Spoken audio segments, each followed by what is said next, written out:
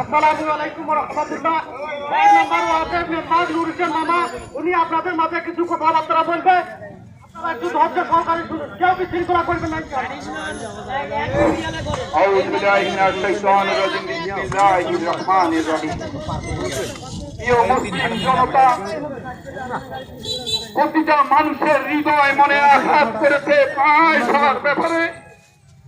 অতএব আমরা দৃষ্টান্তমূলক শাস্তি দেবতার এবং যারাই তাকে সন্তান দিবে তাদের প্রতি আমরা বিক্ষোভ করবো ইনশাআল্লাহ।